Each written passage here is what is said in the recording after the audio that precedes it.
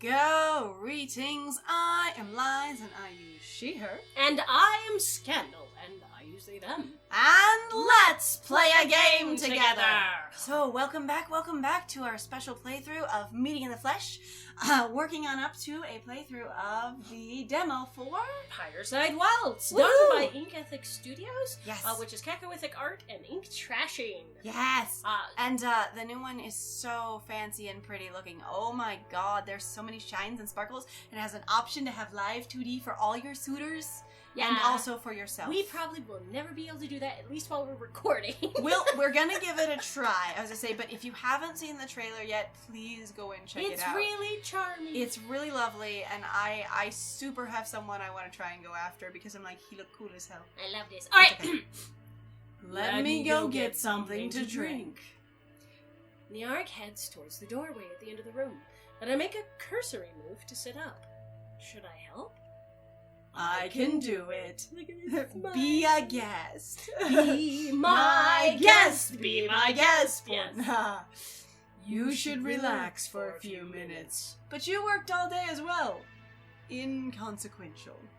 Admittedly, I'm feeling so comfortable at the moment that the prospect of getting up isn't terribly appealing. I've been running all day, and even faster than normal, and done more tests than normal, and there's these fuzzy bees on me, and I'm in this really soft swing, and I've got this soft, gentle sunlight on me, and... Anyway, good night. Good night. I sheepishly nod before sinking back into the couch, feeling gentle vibration against my thigh as the two bees hum.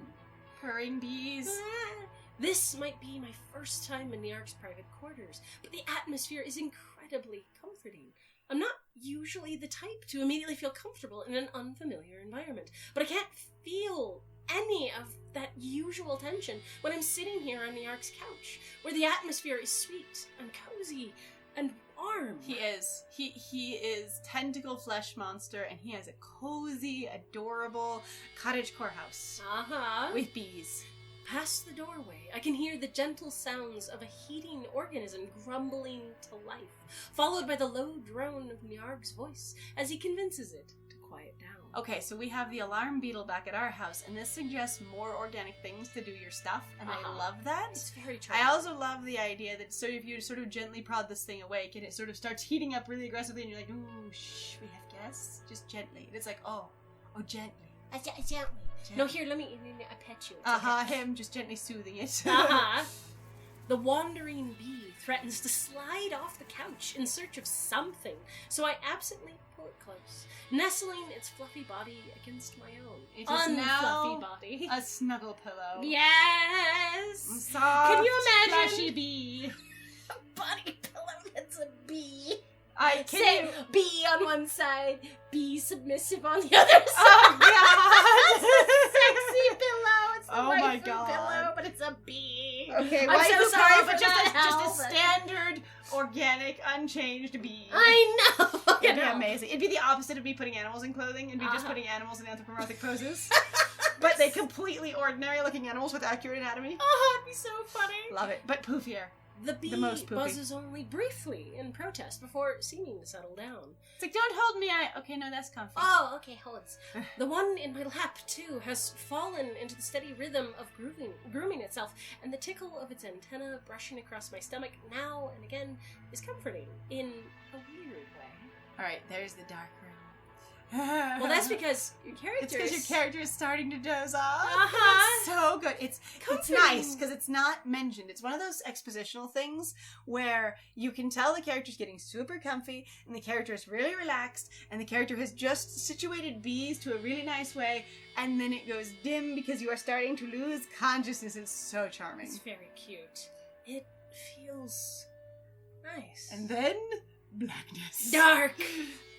It's the smell of honey from somewhere very close that pulls me back to consciousness. Okay, but can you imagine Nyargh walking back into the room with like a tea tray and just seeing you completely dead in the middle of two sleeping bees? Yes. And just being like, my heart. Wow.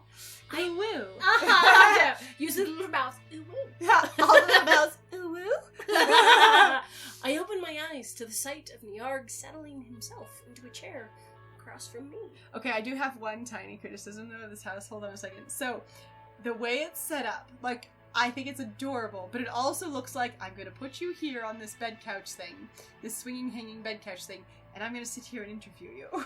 It does look like it looks very impersonal in that way, but also it's really... Okay, so, you know what it reminds me of? It reminds me of, trust me, I'm an artist, and I'm going to sit over here with my easel, like one of your French and girls. I'll draw you like one of my French girls. I was going to say, now the reason it works is because he's a complete bachelor, and so he's either relaxing there for his own purposes, or one chair and one table he's here. But set up by itself, it looks like an interview, and it's hilarious. Or, yeah, like sketching someone, you know, draped across your couch sensuously. Now we're back to sexy bees. It took 2 seconds. We are instantly back to sexy bees. Sorry, I didn't mean to fall asleep. My voice comes out groggier than I expected, and I can feel my cheeks heat up as I sit up and rub my face. I was in a dead sleep. I feel drool down the side of my face. I'm coming out of dream zone. Wow.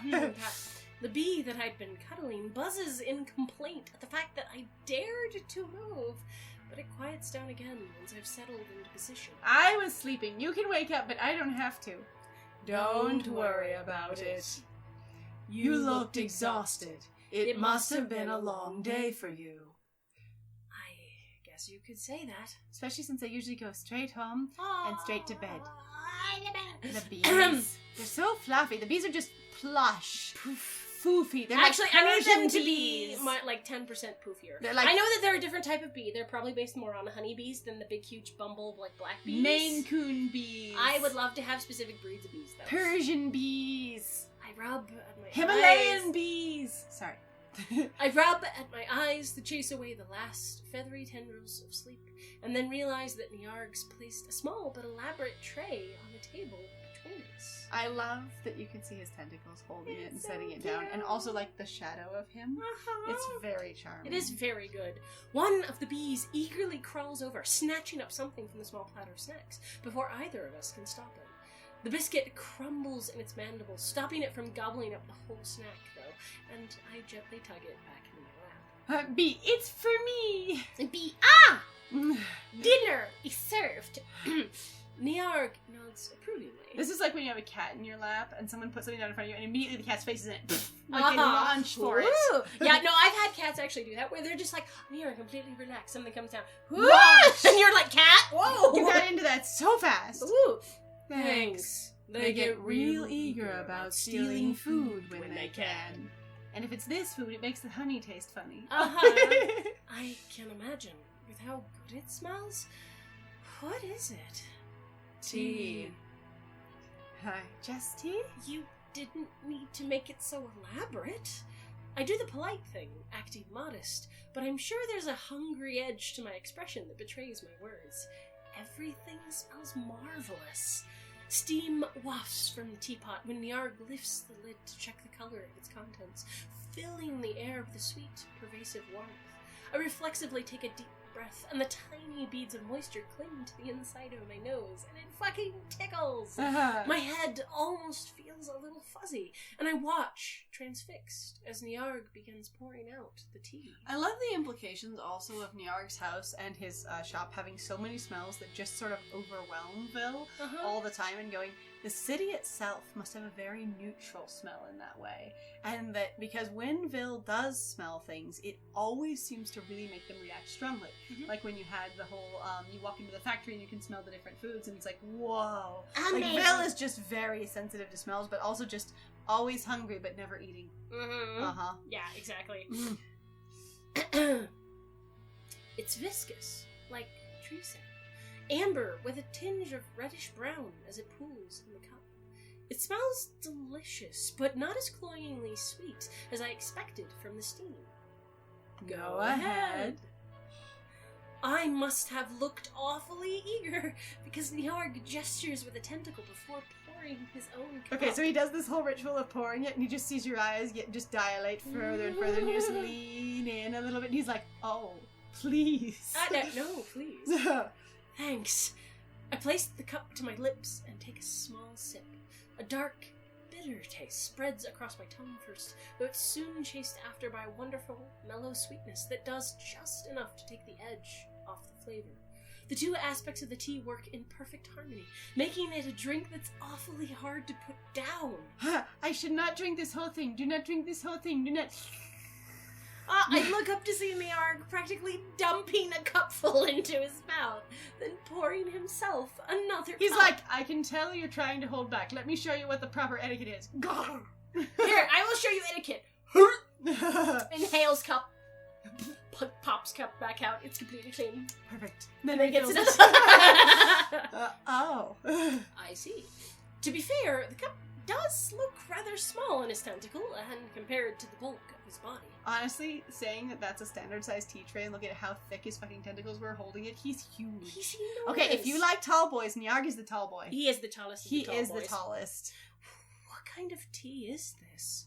I'm sure I've never had it before. It's amazing. Nyargh gives a small nod, as if approving of my delight. I root and worm leaf tea. The leaves are steeped in honey for a long time before being brewed. Gives a nice balance of flavors. So what I'm hearing is he has in his kitchen a large jar of sticky leaves that have all been cured in honey for a really long time and are still soaking in, and he just basically scoops some of this basically delicious slop out and plops it into the teapot. Uh-huh. Mm-hmm. And also possibly, he's just a brewmaster, basically. This is what he do. He's like, it does this a lot. You did that yourself, didn't you? No. Never. It's just small things. You have an amazing kitchen, sir. Uh-huh. He drinks more slowly from his second cup. A deep, rumbling noise buzzes from the core of his body, as if in appreciation. I am fixated. I am fascinated. I add a little honey to it after brewing. I hope it's not too sweet for your tastes. I had to guess. I hope I did it right. It's cute. It's wonderful. I blurt out the answer immediately because it's true. But this looks expensive. You didn't have to... Vil. 1. Extremely sensory. 2. Very honest and genuine. 3. But money! But But the value of hard work, and you don't have to spend that on me. Now that I look closely, I recognize the snacks as salt biscuits. Salt and bone powder blended together, then baked to create a light and crunchy texture. A sheen of amber honey covers their tops. They look mouth-watering, but the fact that salt biscuits alone are a fairly pricey treat gives me pause. Not to mention all the honey.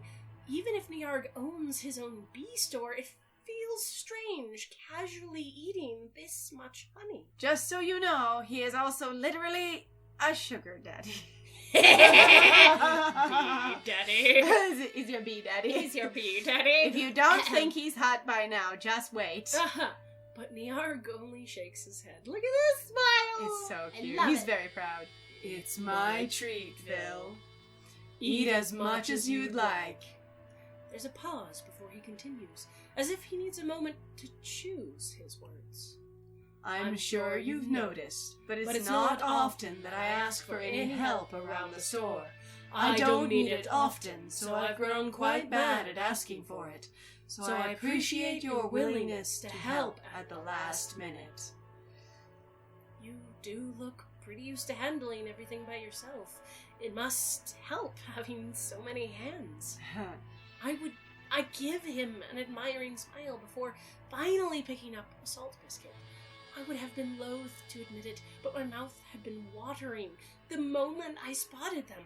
And as long as I have Nyargh's blessings, I'm excited to try one out. Vil, I am drooling and trying to just swallow the spit. But even you would have been overwhelmed on a day like today. I'm not sure I've ever seen a crowd like that. Anyone would have needed your help. I take a small bite of the biscuit, closing my eyes as I savor the flavor. I can picture the honey glaze on top of these things, and the way that it's you make it just a little bit like a frosting glaze, but it's got a thicker viscosity, and so it just piles up just a little bit, so you have that really sort of softly thickened honey that is just hardened with that little bit of crust on it, but it's also got a little bit of height to it. And I'm just I want it so bad. The familiar sharp sting of salts is undercut by the softer, chalkier taste of bone powder, brought together by the sweet notes of honey. I find myself shoving the whole thing in my mouth without a second thought. It's the most delicious thing I've eaten in a while. I'm sure. Bill, I am very careful and thoughtful. Nibble. It's only the feeling of biscuit filling my mouth that reminds me of my manners, and I cover my mouth with my hand as I chew, trying not to drool from the corner of my mouth. The Belden, so good. But when I glance up, Nyargh seems lost in thought. His various mouths closed or slightly open, his tentacles holding his teacup aloft before him, but not moving. I'm halfway to surreptitiously reaching for a second biscuit when Nyargh suddenly speaks up. I don't want to interrupt the moment, No. and if I just I grab will another feel guilty if I just if I sneak grab one. another cookie now, would it not interrupt the moment? And just, I was surprised. I didn't expect that many people. Really? I start to pull my hand back, but Nyargh picks up the biscuit and hands it to me in my stead. I feel a little flustered and try to assuage my gluttonous guilt by giving a few tiny crumbs of the biscuit to the bees shuffling curiously around me. Nyargh's told me before that bees shouldn't eat too much salt, but tiny pieces as treats is permissible. Again, Vil spends time in a store and learns about and cares for the bees some, because it's like hanging out in a pet store and going, I will help take care of the puppies because I love them. Mm-hmm. I say, but I love that about Nyargh, where he's like, Vil, you have too much restraint. Vil, I understand that I am in a different economic class than you. Just put the money in your face and enjoy it. Open. Honk. He's like, looks gently at Vil. Vil, would you open your mouth? Huh? Borf. Borf. Just shoves in like 6 cookies. Eyes like a little surprise posture, but eyes sparkling with joy. That's Phil. That's Phil eating cookies. The bees chitter in delight, eagerly crunching on their treats. I expected a crowd since the eclipse is coming up, but I didn't expect it to be that big, especially with my reputation. It takes me a moment to figure out what he means. Oh, you mean those people who gossip about you? Nyargh nods, finally moving his teacup and pouring its contents into one of his upper mouths. The tongue emerges afterward to lick his lips, one of his other mouths smacking its lips in satisfaction. He moves to pour himself a third cup as he speaks. I don't address it, but I know what people say about me, and I figured it would keep people away from the store. But that didn't seem to be the case, so I was caught off guard by how many people came by today. I almost ran out of bottled honey in the front of the shop and had to go to the back of the shop. It's kinda wild. Whoa. I take my time with my second biscuit, chewing slowly. Holding it deliberately a little farther from my face so I don't inhale it accidentally. Oh no, it's gone. Yeah. After overhearing the gossipers so many times, I can easily recall what they said amongst themselves. Something about Nyargh actually sucking the energy out of people. I have to fight the urge to roll my eyes even now. I instead focus on considering what to say. I chew. I will swallow. And then I will take a sip of my tea as I organize my thoughts. Holding the remainder of the cookie in this hand and keeping it away from my face while I move the teacup up to my face. I will do this! You can do this. The cookie is gently calling you. I don't believe those rumors, or the people who gossip are just inconsiderate jerks, or people are too quick to gossip about things they don't know. So I think it's true that Vil doesn't believe the rumors. Yeah. But I don't think that that's the bit that they would need to say. Yeah. I really think we're heading down to the bottom more again, because Vil doesn't really call people jerks. I mean, like, they totally could, but in this playthrough, that's not really what they've been doing. Yeah, I don't think so either. I think there is some level of being like, I want to roll my eyes, but I am still trying to be polite. So I'd be like, people are too quick to gossip about things they don't know, which also encompasses the, I don't believe those rumors. Mm-hmm. And it also could be, like, there's no reason that they couldn't say, I don't believe those rumors, but I feel like the bigger one, I've been so careful to set this up. My cookie's held here, my tea is held here, I'm gonna say this. I could do this. Mm-hmm. I don't think it's right to gossip in the first place, and don't believe any of those rumors. I rearrange the words in my head once more, considering them carefully. And it does, it encompasses both things. I think people are just too quick to gossip about things they don't understand. It's not right of them to spread rumors like that, but I also think it's not really worth paying attention to. especially since I don't think anyone will believe rumors like that. Except that, based on what Nyargh is saying, there is some suspicion, and I imagine he has his reasons why. He's probably seen more of it than Vil has, but going like, actually, it has kind of affected my business in a way that I don't know how to explain. Well, even if it's just people's attitudes towards you, that can, quote, affect your business. So this is one of those things where, if I can, he's experiencing a kind of discrimination that Vil isn't. And so Vil's like, just don't pay attention to it. And it's like, but that doesn't make it go away. I was just saying, I am still experiencing the effects of it. And so it's one of those things where Vil actually has a privilege in this case that he doesn't. And because of Vil's privilege, they don't realize that telling him to dismiss it doesn't actually address something that's a real problem. Because if somebody said something sort of inflammatory about Vil, it would be like, yeah, but everybody knows that's not true and I have a great rapport with everyone. But he doesn't have that. Nope. And also, at the same time, too, that doesn't actually solve the problem. Again, ignoring a problem doesn't actually make it go away.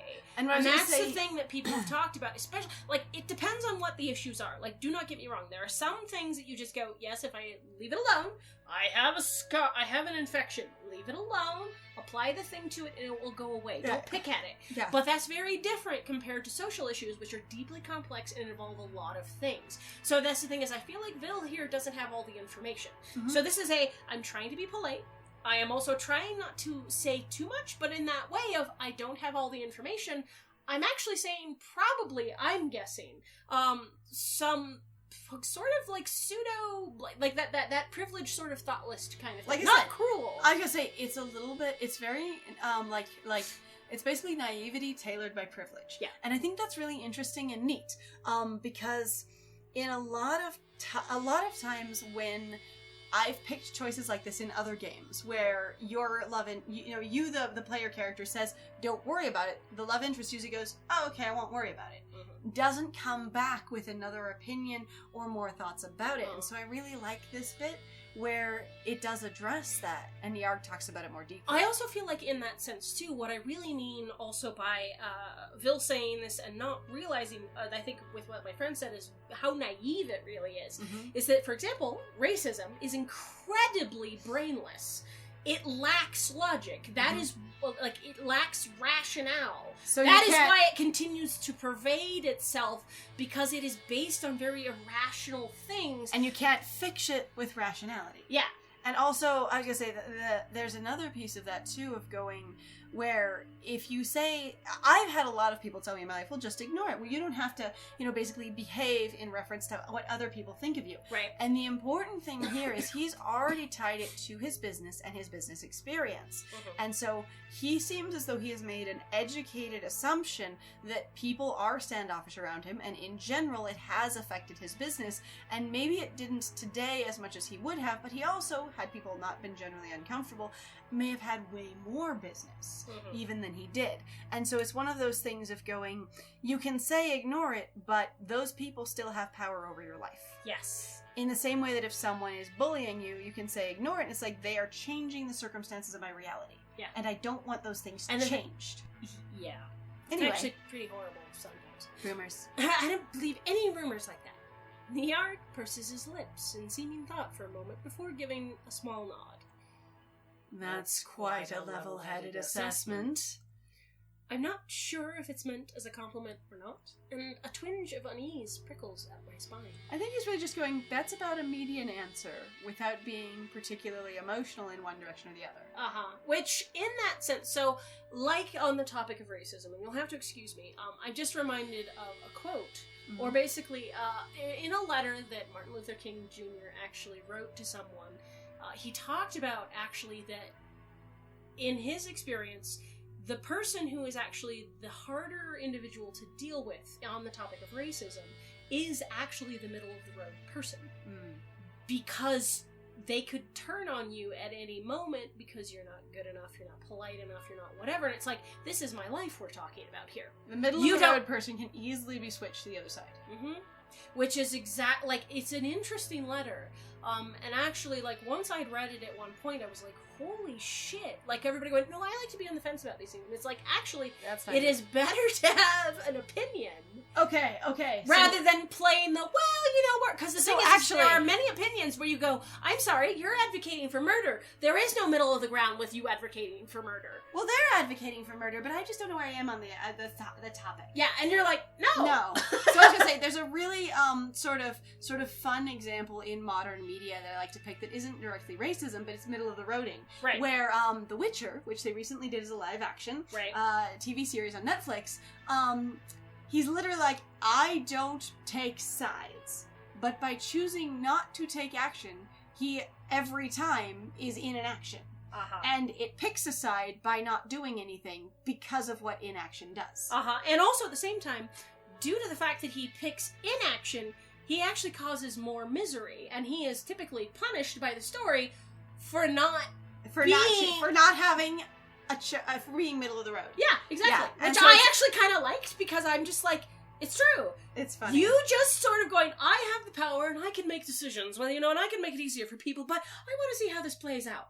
Like, sometimes you really just want to hit that person. Except for he's not. Because it's not noble. It's not, me being, better than anyone else. It's actually you being incredibly fucking arrogant and going, well, I don't have any skin in this game. And you're like, motherfucker, it will affect you. And the really interesting thing is because there's a couple of situations where it's basically like, you choose whether this person lives or dies. And he goes, well, I'm not going to choose. And it's like, then you're choosing to let them die, because you won't choose to save them.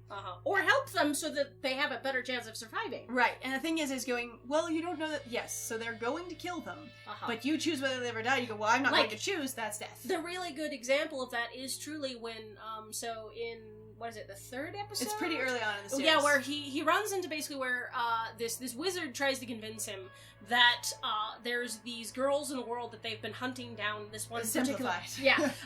basically are monsters, right? And he's been going around killing all of them, right? And this one person is like, I just want to survive. He's been brutalizing and murdering and experimenting on people like on women like me, because they're all girls, as far as I understand. And I need your help to stop this guy so he stops killing everyone. And he's like, well, I'm not involved. He's like, I don't do that sort of thing. And then, of course, she ends up getting killed. And the fight also comes to his doorstep, and even though he's not making a choice... And then he gets blamed... He has to make choices. For the thing, even though he had nothing to do with it, because it's he was... amazing. He's used as a scapegoat. Anyway, it's amazing. And that was really good. For that example, do recommend. And overall, the series is pretty fun. I would tend to say it's more of a tone of fun fantasy, though, than serious fantasy. Which I actually appreciated, though, but I don't know. Well, that's not to say that you're wrong to be frustrated or feel annoyed. I think that's perfectly justified. I've never been in your position. Not even close to anything like it, so I can't pretend to understand how you feel.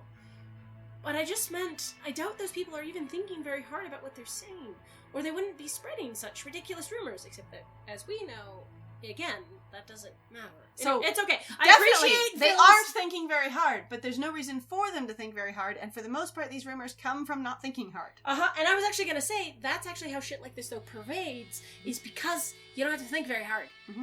Like, simple answers. It's very black and white thinking. Spreading such ridiculous rumors. I don't think they mean you any ill. Okay, Bill. Especially if they're still at your store considering buying things from you. It's called hypocrisy, and people do this all the time. So if they're just saying empty things, then it's not worth the effort of worrying about them. I do enjoy here how Bill was like, here's my answer, and then sees that basically he's like, okay, that's very logical, but also he's a little bit like, shuts down a little bit, and is like, okay, I don't think that came off emotionally the way I meant it to. Yeah. And I'm going to think a little harder about it. I do think it is really interesting coming back to this, because I didn't think as much about it before. But it has been something that I've actually been trying to do with myself, because I have to say, for me, like, this is more personal, so more like politic-y thing. But I was really raised very much, you need to be more middle of the road. You need to be far more, give people a chance. Give everyone a chance. And I'm like, that is a very privileged position, one, to come from, and two, is also assuming that the other person even has anything worth saying about an argument you already know that is god-awful. You don't need to engage with the shit. Yeah. It's just shit. And the thing is like, I appreciate that Vil comes and adjusts their opinion, but I also am like, they're still coming from a privileged position of going, you shouldn't worry about this. And he's describing, it's affecting my life. And the thing is that... And I find that interesting, still. Uh-huh. And Nyargh is under no obligation, though, to educate Vil about this at all. Not at all. And that's one of those things that's very important to know, is when someone has a struggle of any kind, it is not their job to connect or educate you about it, even if they're in the middle of it. And it can be very difficult, I understand also. Like, obviously, this is one tiny part of this world, and it's possible that it wasn't even really thought about. But there's only so much I think Vil could even, based on just this, that Vil is even aware of, and for what we know what happens later on in the route, it really sounds like Vil is basically fairly isolated / fairly uninvolved, and I hope, honestly, that changed. Like, that the once that, spoilers, they get involved with Nyargh. We chose Nyargh's route. They will get together. They will get together, damn it.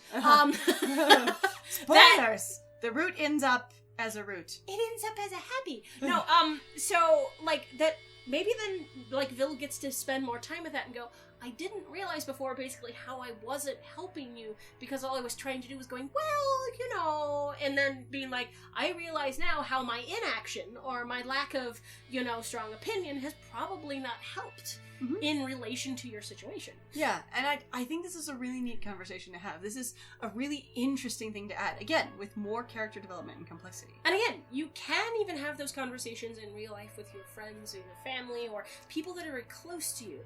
Again, every situation is unique, but you shouldn't expect, again, people in, Nyargh's situation that are just going to sit there and hold your hand through everything. Right. Let's see.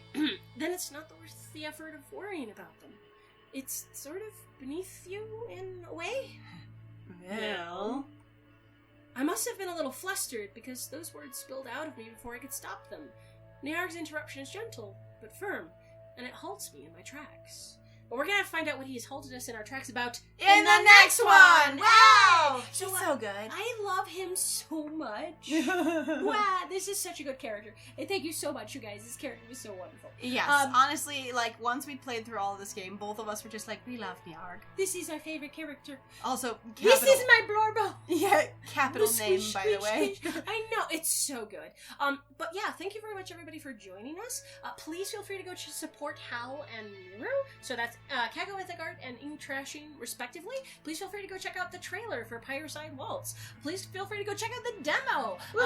We've got a ton of links in the description down below. We would love to hear you guys went and spread the word about it, or enjoyed the game, the demo, very briefly for yourselves. Yeah. Or if you're enjoying this playthrough, feel free to talk about it. If you have thoughts or opinions, we'd love to hear from you. Yeah, please also feel free to like, comment, subscribe. Even just really hitting the like button does a lot for our videos in regards to the YouTube algorithm.